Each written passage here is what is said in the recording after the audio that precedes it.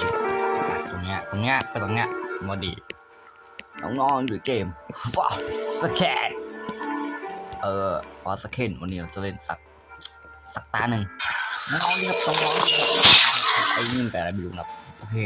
ดูกันนะครับผมยิงไปโอ้30ผมจะซื้อ30 บาทเอาเลย30 บาทน้อง30 บาทแรกผมจะเก็บตังค์ซื้อเกสนะผมจะได้สกินซาเชอร์ผมเลยซาเชอร์เก่งนะผมจะซื้อสกินเนี้ยครับผมได้น้องๆครับผมไม่มีตังค์ครับจะได้สกินด้วยสกินเนี้ย2,000 บาทเมื่อก่อน 1,000 บาทนะก็จะซื้อสกินนี้ครับสกินนี้กันมาเท่ดีทูไทม์โอ้วันเอกวันเอกแล้วผมเลยเซ็นกี้มาใส่กันไปใจครับงั้นเราฝากสเก็ตมาซื้อเกตทุกคนตั้งสกินนี้ด้วย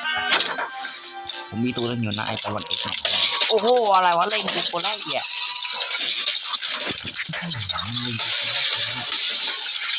อุ้ยคน